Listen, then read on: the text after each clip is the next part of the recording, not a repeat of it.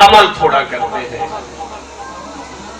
और बातें जब ज्यादा हो जाती हैं तो अपनी अहमियत खो देती है, बेमानी हो जाती है, मफहूम बदल जाते हैं।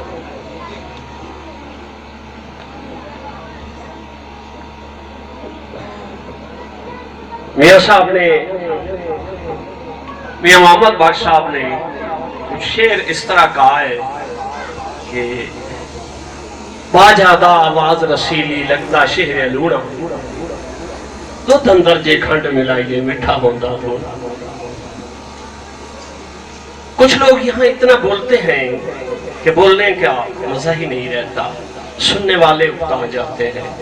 और कुछ इतना खूबसूरत बोलते हैं कि सुनने वाले न सिर्फ सुनते हैं बल्कि वो अमल करने का अहद करके जाते हैं।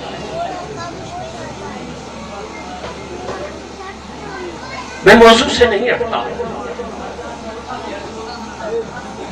मिलाद की मजलिस और सियासी बातें अच्छी नहीं लगती। सियासी बातें हो तो मिलाद के प्रोग्राम वो बातें अच्छी नहीं लगती। इल्म की महफिल है, इल्म ही की बात होगी।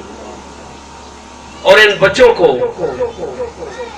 ये बच्चे जो हमारा सरमाया है, हमारा कल है, लेकिन कल आज की मेहनत का फल होता है। उसने आज मेहनत नहीं की, उसका कल नहीं होगा।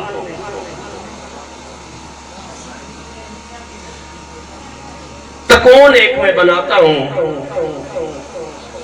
कि जब बच्चे इस तकून के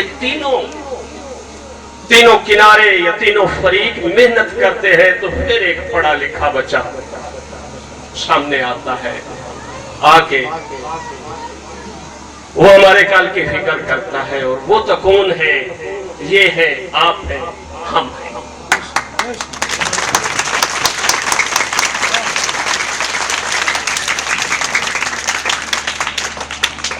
अगर वालिदैन ने अपना फर्ज अदा न किया तो बात नहीं बनेगी, बच्चे ने ना किया तब भी नहीं बनेगी, और उस्ताद ने ना किया तो कतल नहीं बनेगी।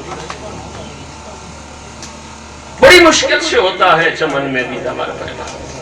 ये मुश्किलें गुजार के हम, जब कोई डॉक्टर बनता है हम देखते हैं कि वो 3 मिनट नहीं लगाता और 1100 रुपया फीस ले लेता है। तो बड़ी हैरानी की बात है कि एक मजदूर जो 8 घंटे 10 घंटे पसीना निकालता है उसको 200 रुपया या 300 रुपया मिलता है, और डॉक्टर 3 मिनट में ले लेता है। तो हम समझते हैं, या वो नादान कोई समझता है कि ये तो भाई है, रोटी पाई खड़ा। लेकिन उसे ये नहीं पता कि डॉक्टर के इन 3 मिनट के पीछे कितनी मेहनत लगी है। कोई तो शहरे तज़ब्ज़ुब के मकीनों से कहे, न हो यकीन तो फिर मौजज़ा न मांगे कोई। कोई तो शहरे तज़ब्ज़ुब के मकीनों से कहे, न हो यकीन तो फिर मौजज़ा न मांगे कोई। अज़ाबे गर्दे खज़ां भी न हो बहार भी आए। पहले खज़ां आती है फिर बहार। अज़ाबे गर्दे खज़ां भी न हो बहार भी आए, इस यकीन से अजरे वफा न मांगे कोई।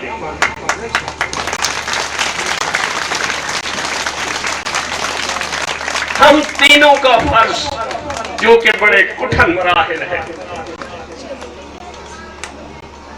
और फिर आपसे ज्यादा, बाप से ज्यादा बच्चे की मां का फर्ज कि वो उठती है, वो उसका आधा घंटा जो बच्चे को तैयार करके बटन बंद करके आपको कहती है इसे बैठा ले साइकिल पे या मोटरसाइकिल पे या गाड़ी पे, इसे ले जाए। तो असल में आगाज तो माँ ने ही शुरू किया। वैसे तो माँ के दर्जे बुलंद नहीं हुए ना। वालेकुम अस्सलाम। हमें तीनों को अपना फर्ज अदा करना होगा। इसी में सारी बात है, अब इसमें तफसील में जाने की जरूरत नहीं है। उसके बाद हमारा सिस्टम, इसका मैं भी हिस्सा हूं। और इकबाल साहब बड़ी काविश से, बड़ी कोशिश से, मैंने एक चीज जो इनमें देखी है कि हमारे अक्सर भाई जो बिल्डिंग पे बड़ी तवज्जो देते हैं और वो मतलब है कि अपनी डेकोरेशन और शान और शौकत, मैंने देखा है इसको वो फिक्र नहीं है कि बच्चों पे ज्यादा फिक्र करते हैं। ये सही बात है, इससे बच्चों की ज्यादा फिक्र है। उस दरख्त के नीचे लेके बैठा होता है, इधर होते हैं। आप यकीन जानिए कि स्कूल पे अभी इसने बड़ा जरूरी काम किया है जो स्कूल भी इस्तेमाल कर रहा है। मैंने वो स्कूल देखे हैं कि बिल्डिंग देख के हैरान हो जाते हैं, बच्चा कोई होता नहीं। ऐसे स्कूल पंजाब एजुकेशन फाउंडेशन पसंद नहीं करती। पंजाब एजुकेशन फाउंडेशन बच्चों को देख के खुश होती है और ये उनके म्यार पे पूरी तरह पूरा उतर रहा है। लेकिन हमें एक गिला आपसे है, अहले इलाका से है, या आप हमें अंडर एस्टिमेट करते हैं। आप हमें अंडर एस्टिमेट करते हैं। बड़े स्कूलों को, वो बड़ी बिल्डिंग वालों को, उनके साथ जो है आप हमें बिल्डिंग के मेयार से मेजरमेंट करते हैं। आप ये नहीं देखते हमारे मामू कांजन में दारे अरकुम है, एजुकेटर है, पीटीफा है, अब तो पता नहीं कितने कितने बन गए हैं। 2500 रुपया एक बच्चे की फीस, जिसको उंगली पकड़ के ले जाते हैं वाले दिन। 10-10 हजार दाखिला। पता नहीं क्यों हमें महंगी चीजें पसंद है, म्यार पे हम तवज्जो नहीं देते, पैसे की बात करते हैं। कोई पूछता है ये जूता कितने का लिया, ये 4000 का लिया। पैसे बताए जाते हैं, जूते का म्यार नहीं बताया जाता। तो हमारे म्यार और हमारे इंतखाब में ये गलती है। आप यकीन जानिए कि हमारी जान जो है वो निकाल लेते हैं प्रेस वाले। हमें वो एक दिन ऐसा नहीं देते कि हम बेफिक्र हो के गुजारें। हमें यह फिक्र ना हो कि कोई हमारे लिए वार्निंग, कोई हमारे लिए क्वेश्चन, कोई किसी तरह का कोई ऑर्डर आया होगा। इंटरनेट देखते रहेंगे। तो वो मैं आपसे अपील ये करना चाहता हूं कि आप बच्चों का म्यार देखें। और फिर तालीम सिर्फ अक्षर पढ़ना नहीं है, सफेद कागज पे काली लकीरें पढ़ लेना ही तालीम नहीं है, बल्कि तालीम यह है कि जीना आ जाए। नहीं दरकार मुझे दुनिया के खजीने न सफीने, नहीं दरकार मुझे दुनिया के खजीने न सफीने, ए काश बता दे कोई जीने के करीने। बच्चों को जीना आना चाहिए। इल्म तो वैसे ही अंबिया का विरसा है, ये उनके वारिस बैठे हैं, उलमा उनके वारिस है।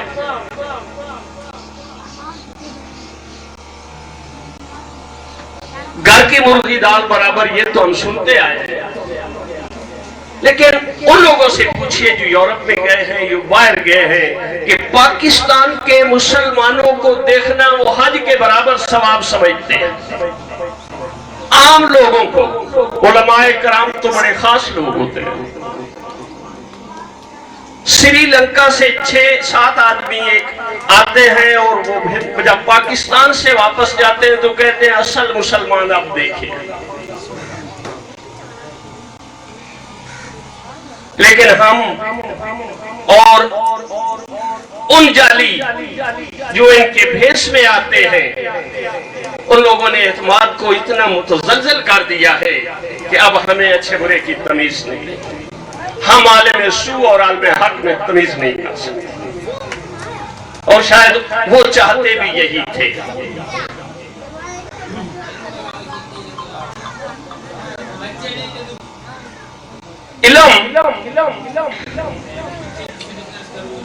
इल्म से लैस एक अच्छे आदमी के लिए जब हम ये कहते हैं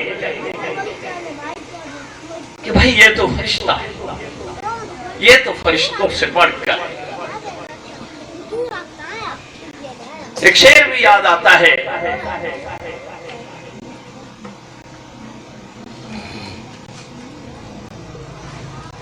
क्या है कि फरिश्तों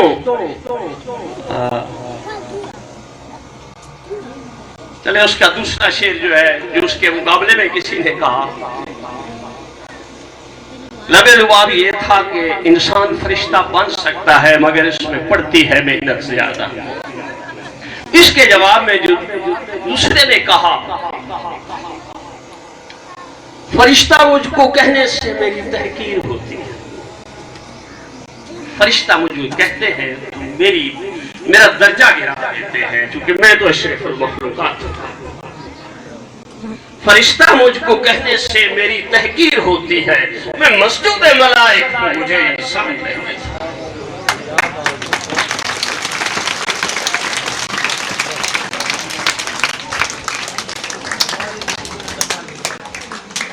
मैं बात को लंबा नहीं करना चाहता, आपसे यही गुजारिश करना है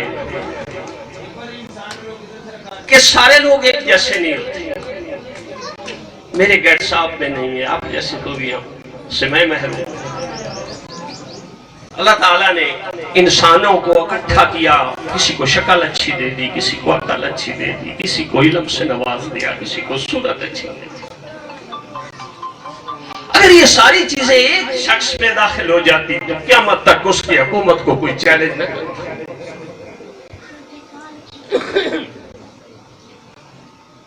ये सारी इकट्ठी नहीं होती। इकबाल साहब मेरे कुलीग हैं, यहाँ पड़ोस वाले उनके घर वाले बैठे हों तो ये देखते होंगे कि हम हफ्ते में 3-4 दिन इकट्ठे होते हैं। तो जब बंदा नजदीक आता है तभी पता चलता है। मैंने इनको देखा है कि इनमें जुनून है बच्चों को पढ़ाने का। रावी का ये इलाका, अब जहां सड़कें, जहां बिजलियां, ये सारी चीजें आ गई हैं, कभी हम तसव्वुर भी नहीं करते थे।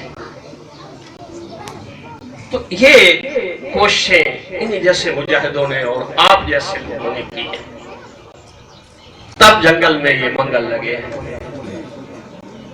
इन बच्चों पे मेहनत कीजिएगा। एक रेफरेंस इधर दे रहे थे, डॉक्टर साकिब, डॉक्टर निसार साकिब है, ये आजकल कर रहे हैं, एनजीओ है इनकी, बड़े स्कूल उधर जा रहे हैं। अखुवत, वो बड़े दानिशवार है। वो कहते हैं जब एक स्कूल खुलता है 3 जेलें बंद हो जाती हैं, 3 जेलें बंद हो जाती हैं। इल्म के लिए कितनी बातें करें, बहुत ज्यादा। इसकी तो इल्म ने ही तो इंसान को अशरफ बनाया। हज़रत अली का फरमान है, जिसने मुझे एक लफ्ज़ सिखाया मुझे उसने उम्र भर के लिए खरीद लिया।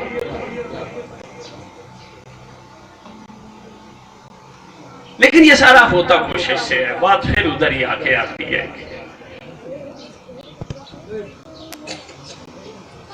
बच्चों के लिए एक मैंने देखा, आप लोगों ने शायद सुना होगा, थोड़ी सी बात है, मैं आपका ज्यादा टाइम नहीं लेता हूँ। मास्टर मुर्शद सियाल साहब थे, किलियाड़े के कुर्बाने थे, सियाल कहलाते थे शायद वो उनका हो। बड़े हरदल अजीज थे और बड़े शोहरत याफ्ता उस्ताद थे, लेकिन आखिर पे दिमागी तवाज़ुन खो बैठे। तो उनका कहना, जिस तरह बच्चों का हजूम होता है, काबू नहीं आते, पुलिस काबू नहीं कर सकती, एक लीडर यहाँ खड़ा होकर उनको कहता है बैठ जाओ, बैठ जाते, कोई ताकत नहीं लगती, तलवार नहीं उठाई। तो ये इल्म से ये आप लोगों और हमारा खसूसन उस्तादों हमें ऐसे रवैये बनाने चाहिए कि जब तक बच्चे को शऊर ना आए और वो मिडिल पास ना करे, उससे पूछा जाए क्या बनोगे, वो कहे मैं इकबाल बनूंगा, मैं उस्ताद बनूंगा। इतना उससे उस्ताद में मुतासर करना है, तब वो उसकी बात सुनेगी। अगर वो ये कहे कि मैं डंडा पकड़ के डरा लूंगा, तो वो जमाने माजी हो चुके हैं। अब तो बच्चे वालिदैन को जवाब देते हैं। अब सिर्फ और सिर्फ आपका कैरेक्टर, आपकी शफकत, यही उनको मुतासर करेगी,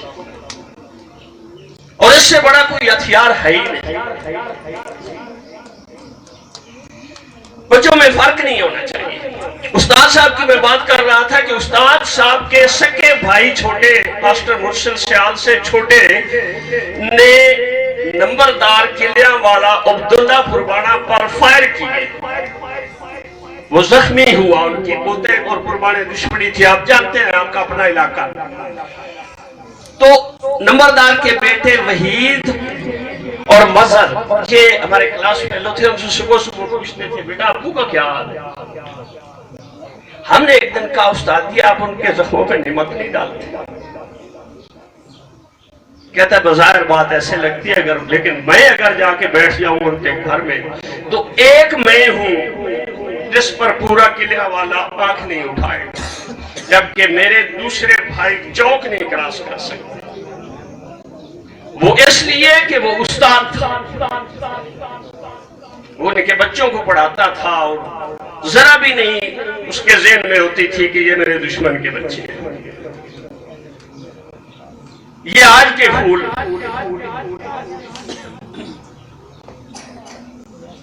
मैं शेर के साथ बात खत्म करता हूं। बेसमर बाग का हर पत्ता शजर लगता है, बेसमर बाग का हर पत्ता शजर लगता है, उड़ न जाए ये परिंदे मुझे डर लगता है। जिस तरह हमारे बहुत से भाई 60 साल जमीन की पीठ पे बोझ रहे, फिर जमीन के पेट में चले गए और गुम हो गए। मैं ये चाहता हूं कि ये बच्चे उस तरह, ये भूल उस तरह न हो। बेसमर बाग का हर पत्ता शजर लगता है, उड़ न जाए ये परिंदे मुझे डर लगता है। फूल कलियों से मोहब्बत मेरी फितरत लोगों, बच्चा दुश्मन का भी हो रस्ते जिगर लगता है।